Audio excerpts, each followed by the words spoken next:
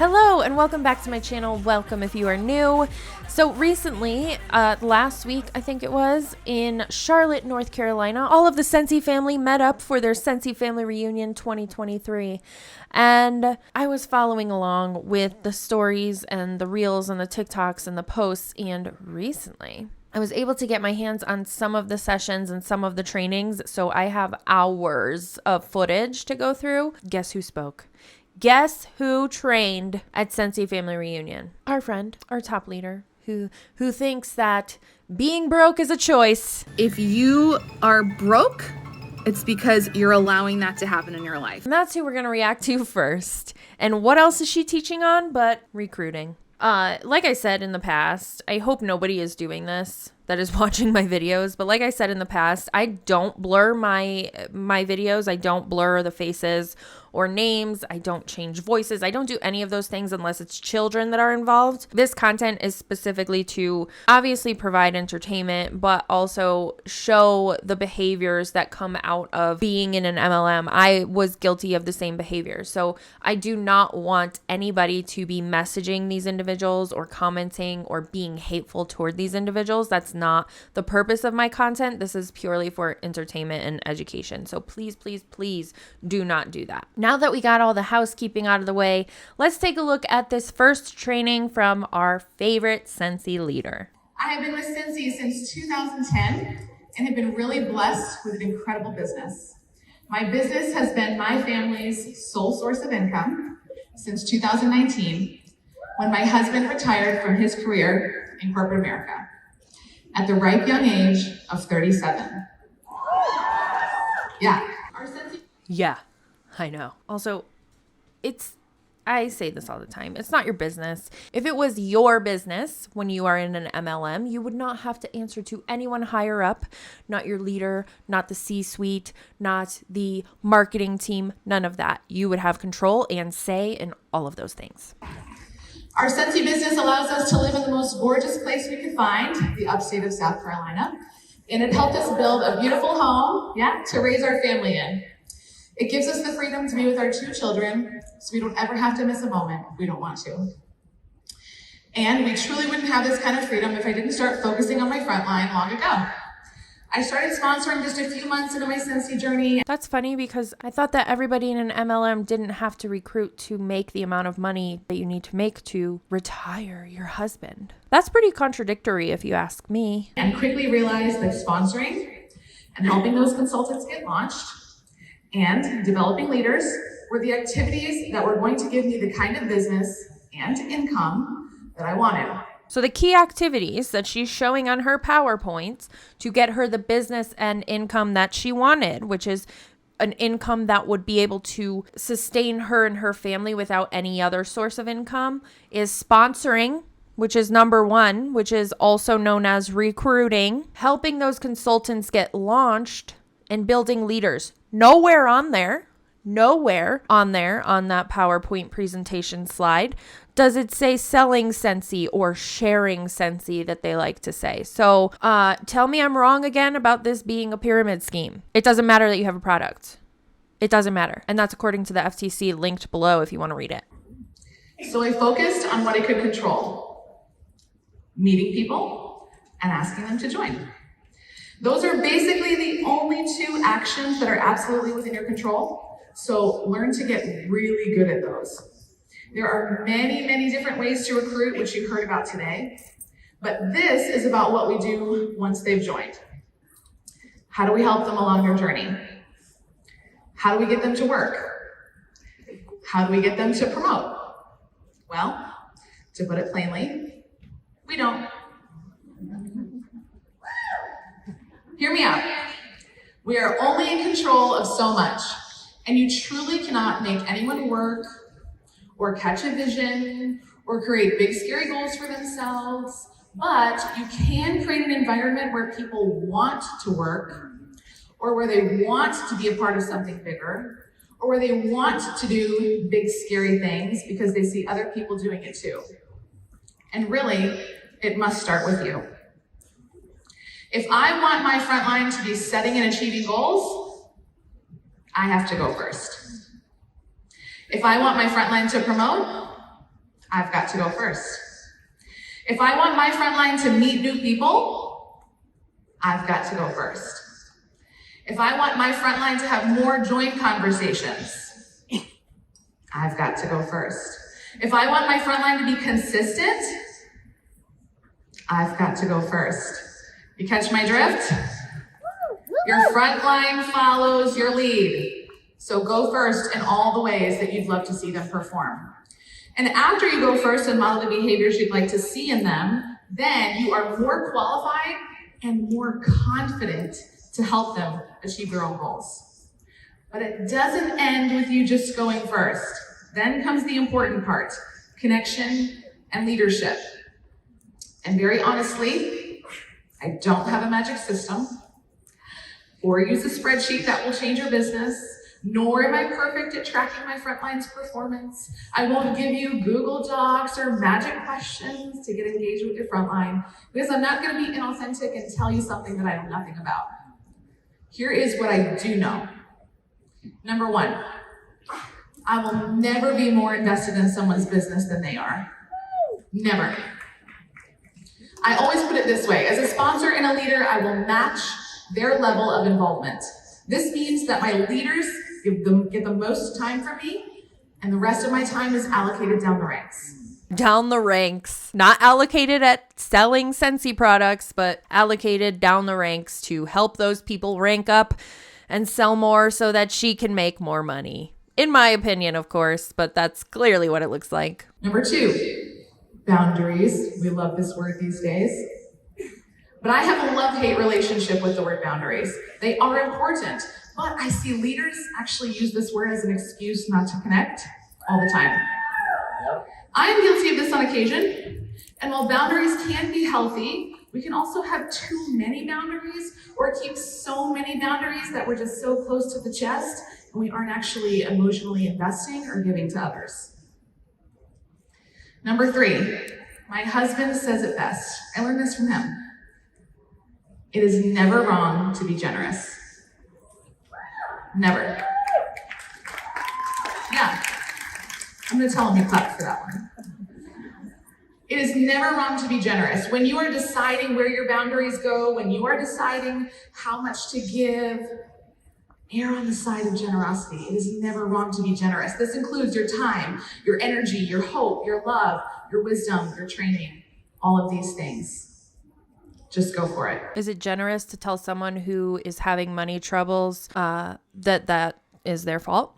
Is that generous? Number four, your job as a leader and sponsor is simply to offer. That's it.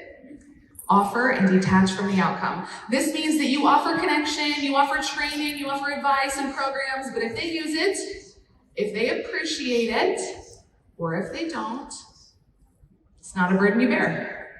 This one is a very tough discipline. But as with any learned skill, the only way to improve is to practice, as we actually heard our keynote speaker say yesterday. Practice, practice, practice. And if you are aware, you will get better at this as you grow. You will learn to love and give and serve without expectation of return. Number five, servant leadership is the only way to do this for a very long time. Serving others is rewarding and fulfilling.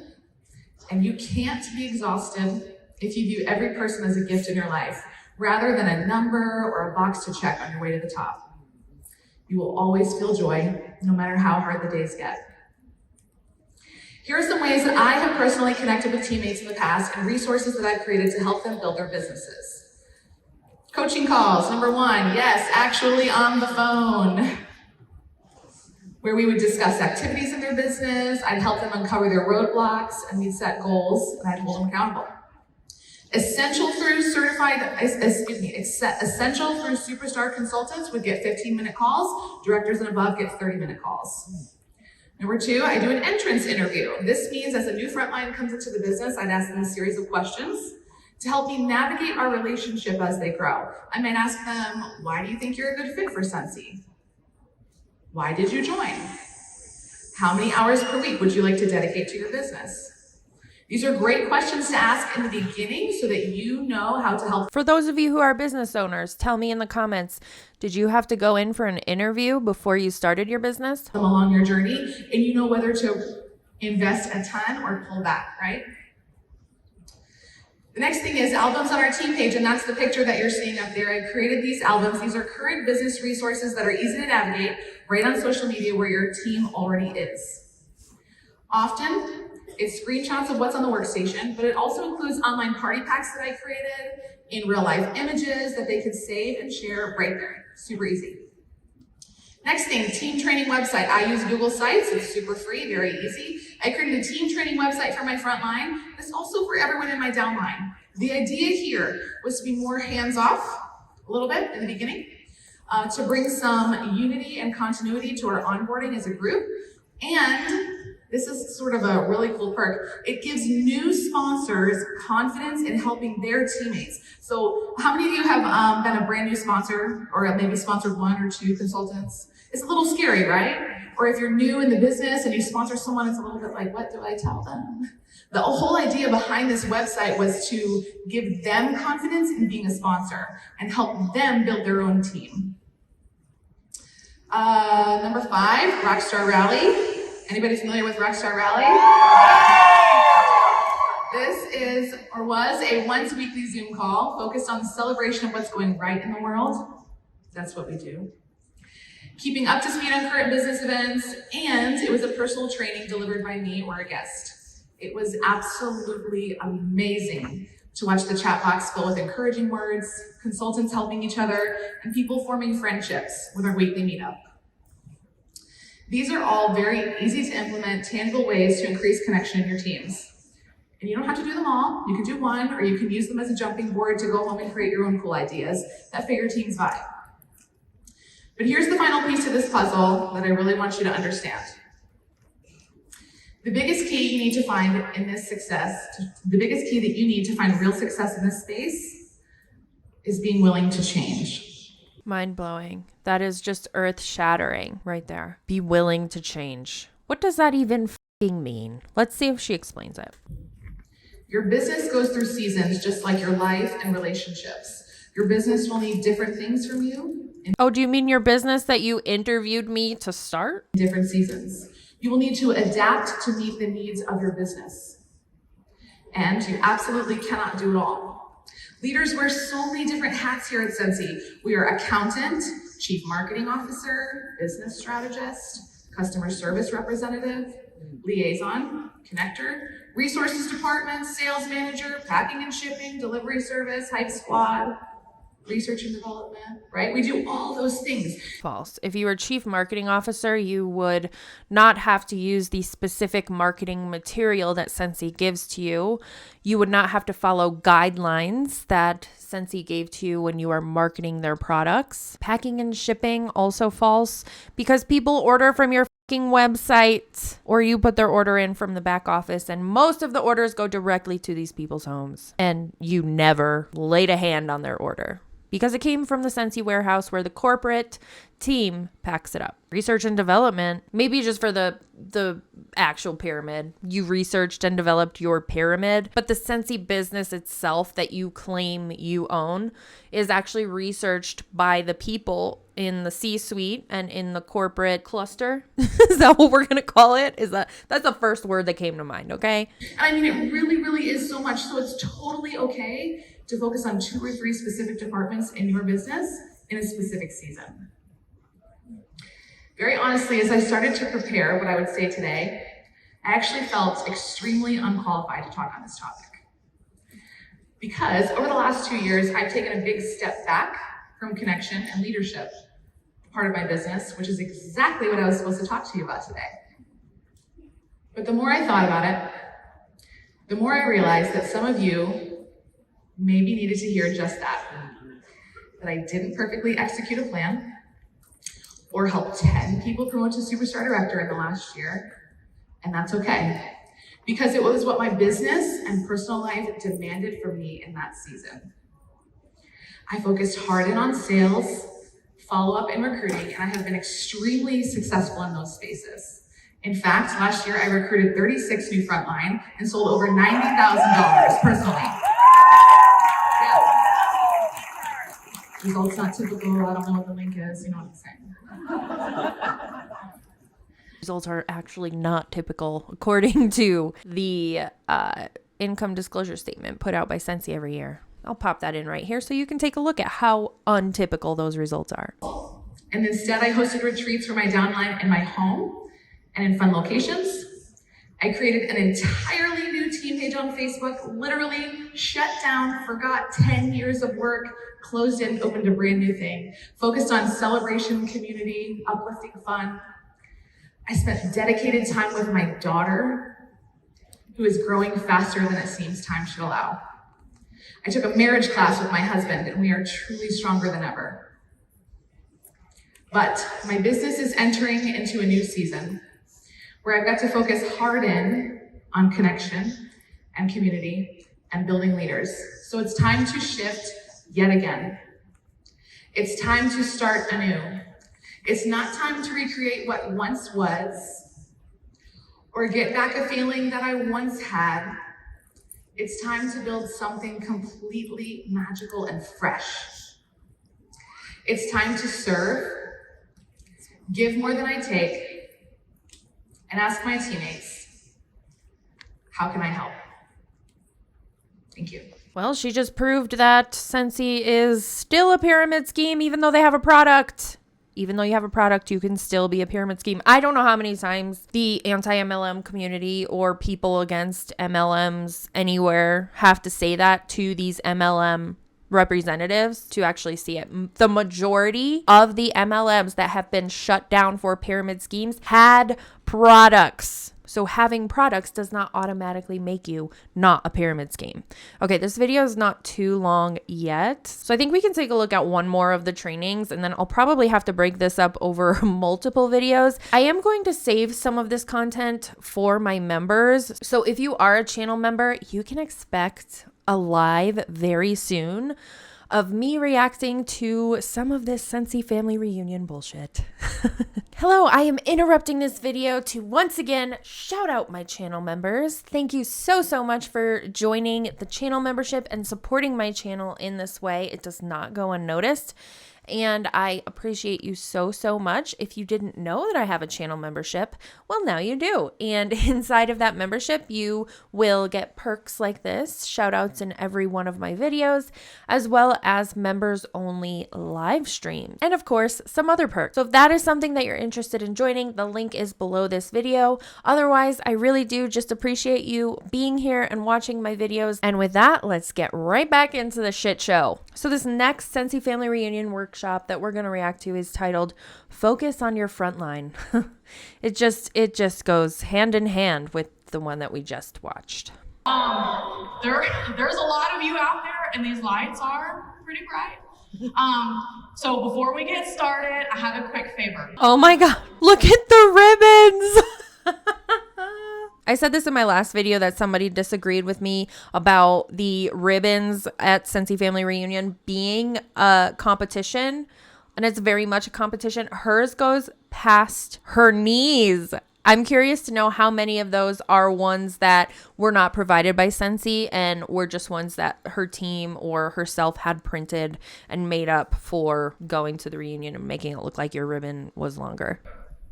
As much as I love my lanyard and my SFR ribbons, I just want to ask everyone to take them off and set them down and forget about them for just a minute.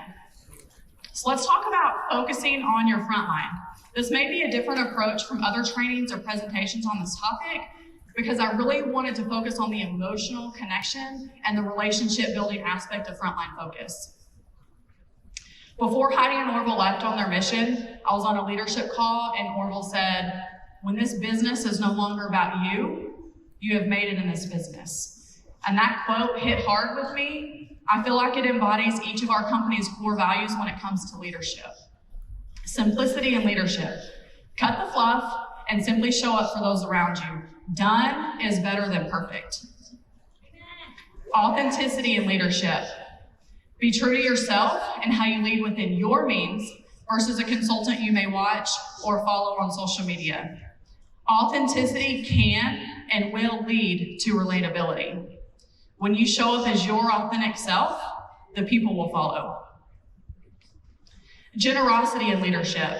Be generous with your time, be generous with listening ears, and be generous with a servant's heart. It just sounds so religious to me. I don't know if it's just me because I catch on to those things really quick. Being somebody who has had like a roller coaster with religion.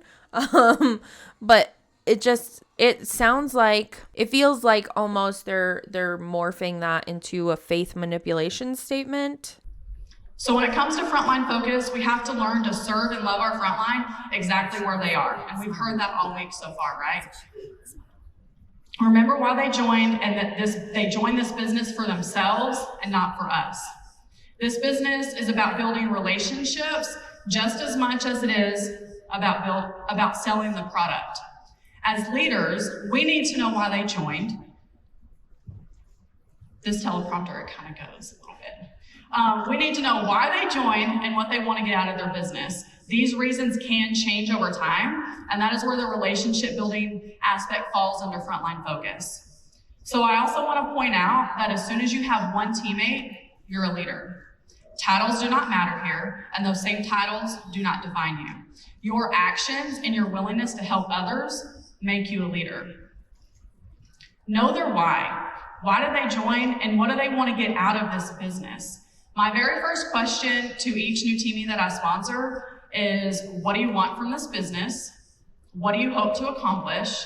And how much extra money each month is going to help your family?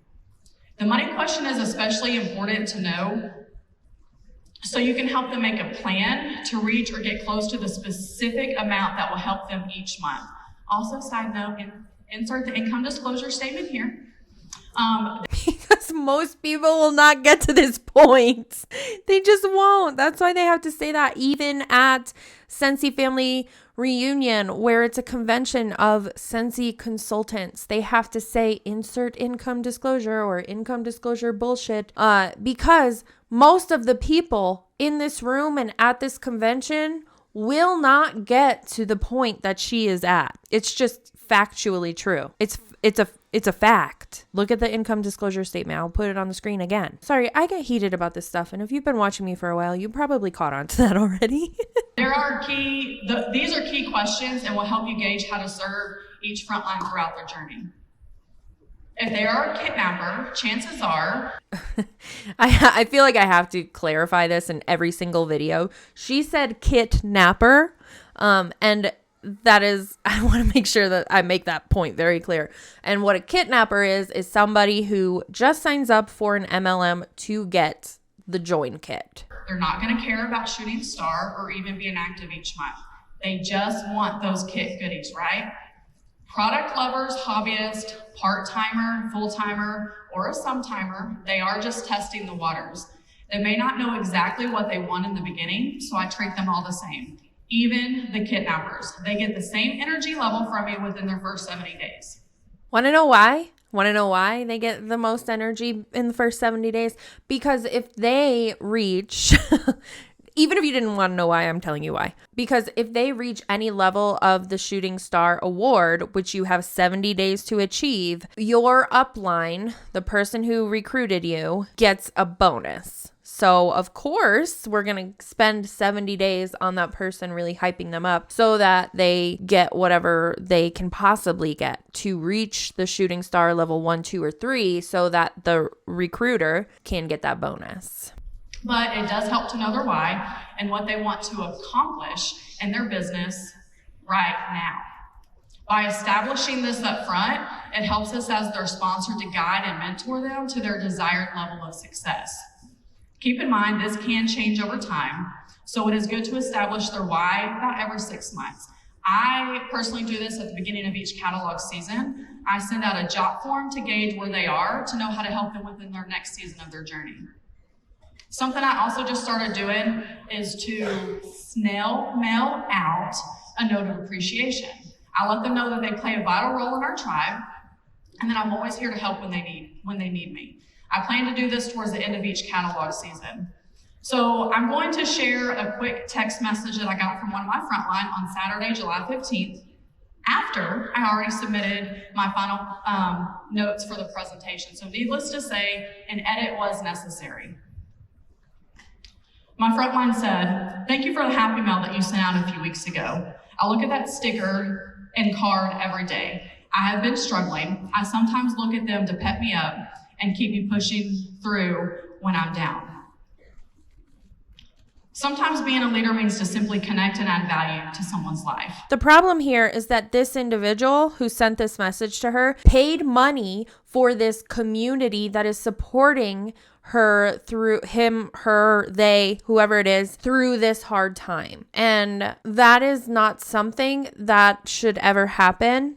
You should never have to pay to get into a community that is going to support you in this way. There are different communities, like if you are a business owner, like network communities and things like that, that cost money. That's not what I'm talking about, because usually in those communities, you're talking about business, you're talking about offers and things, bouncing ideas off of each other because you're in the same field, you're in the same line of work per se. In this case, you're talking about a community where you're selling it as a community who helps you through things like this and connects with your family and all of those things, and you're pulling the vulnerable in to spend money, and somebody who's in this position, as somebody who goes through this regularly. I go through periods of very low times where I will do anything to talk to somebody who will listen to me, and to know that there's people within the Scentsy community that feel this level of safety in this community that likely will drop you as soon as you leave the community or become inactive because they're too busy hanging out with the people who are still within Scentsy. And that's what makes me sick, because it happens. It happens. I just want to make that clear for anybody who's watching this video, because it happened to me. It happened to me. I maybe talked to one or two people from all 4 of the MLMs that I was in. Everybody else has moved on. Like, even before I started making anti-MLM content, I haven't heard from them since I left the MLM. Not once. It isn't always about getting paid a title, earning the incentive, making a buck. It's about the community. As leaders and sponsors, we are always looking for our next rock star. Am I right? Who's always looking for that next rock star? We may see so much potential in that new teammate, but if they don't see it in themselves, it's not going to click. We may find ourselves pouring so much into that one person, and when they don't pick up their kit, follow through, or do anything with their business, we could feel some kind of way about our own leadership skills. Am I right? Yes. Anyone else feel that way? Show me those hands. Who has ever felt like that before? Probably the majority of us. So you start to doubt yourself and your leadership abilities, and you may find yourself asking, am I even cut out for this? So what happens after that? You back off, you give up, you retreat into a hole, and sometimes we just quit altogether. We must remember their business isn't ours. Get in the habit of loving them where they are. Stop expecting you from everyone else. Got this, girl. So this brings me to the focal point of this presentation, and I'm a crier. I'm sorry, I said I wasn't going to do this on stage, but let's go. On June 30th, I was stumped at how I wanted to present this topic. I've presented this topic before, but I wanted to cover it differently this time. I had a post scheduled for my team page that morning at 9 a.m. about how are you failing right now? Why would I even ask such a question? Because success is built on failure in all aspects of our business, but especially in leadership.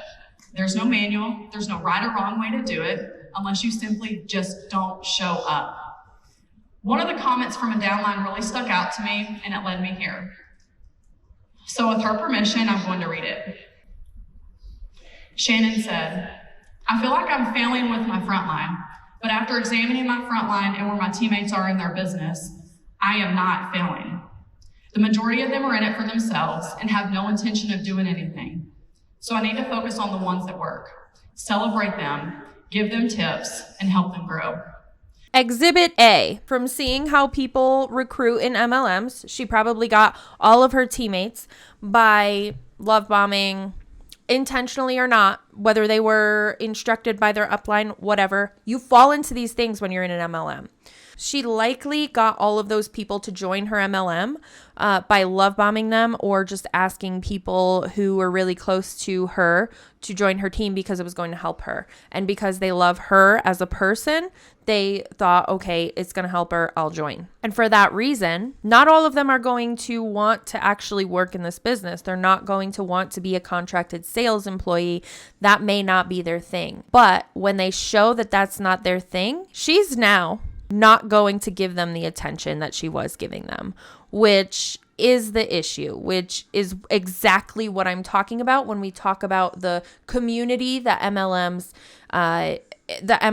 talk about is there. Because it's not. Because as soon as you're not doing the things that are going to get the uplines to the next level, they will fucking drop you. There's nothing else to it. Exhibit A. Exhibit A. I also need to have more joint conversations to grow my team, to find the ones that want to work their business into something more than just a hobby.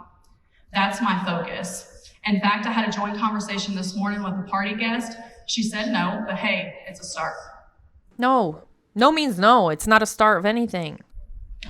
As soon as I read that, I got chills and I said, thank you. But how are they not seeing it? Like, oh, I get so mad when the quiet part is so loud. It's not quiet anymore. Like, she's blatantly saying, she said, this is what she said. Let me read it again. I feel like I'm failing with my frontline, but after examining my frontline and where my teammates are in their business, I am not failing. The majority of them are in it for themselves and have no intention of doing anything.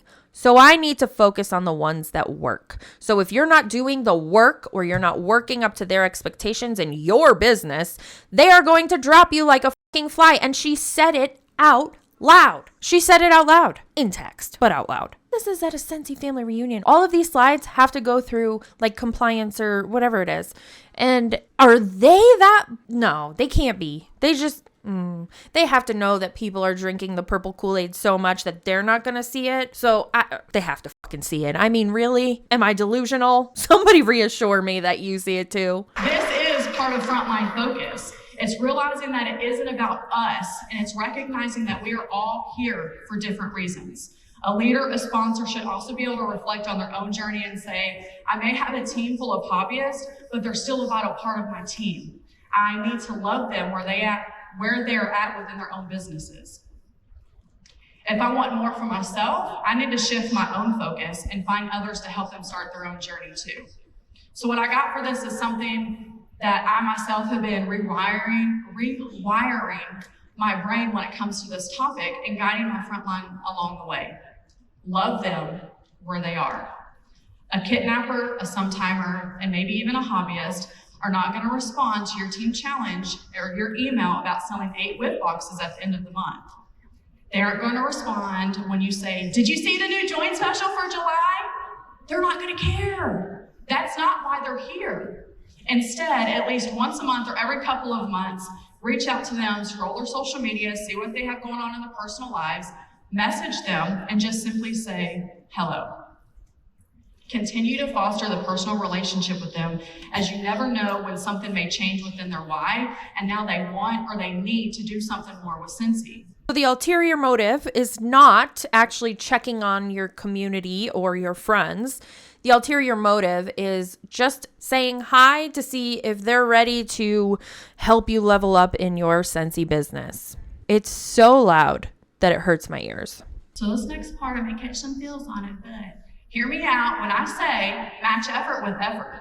Our part-timers and our hobbyists, they're not going to want to hear from us every single week. It's not why they joined. If I have a frontline that is active every single month, I'm going to focus on that. They may not want to build a team, but they may need ideas on how to grow their customer base. So that's what I'm going to focus on. If I need new leaders, I will focus on the frontline that are actively showing up and working with their teams and teach them to focus on their frontline as well. Simply put, the motto here is love everyone where they are, regardless of what we think they should be doing. No matter the reasoning of why someone joined, money is usually the root to their why. And I do encourage everyone to strive for shooting star and certify within their first 30 days. If they're here for the money, then the 5% increase in commissions with that first promotion should spark their interest to hit that first 1K in sales pretty quickly. Also, she gets bonuses off of those things. Any upline does. Doesn't always happen, but like I said, they all get the same energy level within the first 70 days, and then I reevaluate from there. So on that same leadership call, Orville said, people join for the product, but they stay for the people. How many of you can relate to that one? Focusing on your front line teaches them to do the same for theirs, so on and so forth. It's how you build a sticky community by remembering why they joined and that they joined for themselves. Focus on their needs and their desired level of success. Make them feel part of something that is more than just a number on your workstation. Make them feel valued and make them feel like they play a vital role in your scented community, even if they're only active once every 12 months. Don't get me wrong, I'm always going to encourage someone to do more or help them bust through their comfort zone to realize that they were made for more, but do it in a way that isn't pushy and doesn't make me feel like a bad leader because they don't get it. Take the personal emotion out of it. You are enough as their leader. They just don't feel it quite like you do yet. Focus on what you can control. They haven't drank enough of the purple Kool-Aid yet. Lead with your heart, slay in your lane, and be the best sponsor that you can be. When you simply show up and you do the small tasks that focus on others, the rest tends to fall in place for you within your own journey and when the time is right. It takes failing forward over and over. Author Robin S. Sharma says, leadership... Okay, so there's a lot of like zooming in and out on this. I'm not doing that. That was the way that this individual took the video. So my apologies if that's bothering you. It's no longer about your position. It's now more about your passion for excellence and making a difference. You can lead without a title. Okay, so one more thing, hold on, one more thing. Pick up your lanyards, put them back on, and repeat after me. Love them where they are. Remember why they joined. I am worthy. I am capable. And I am a Scentsy boss. Thank you. That was uncomfortable. Felt like a culty chant. I think that's all of the Scentsy Family Reunion 2023 I can handle for this video. Make sure you're subscribed so you get all of the other videos too that I will be sharing in the coming weeks. Thanks for hanging out with me while I talk a bunch of shit, and I will see you in the next one.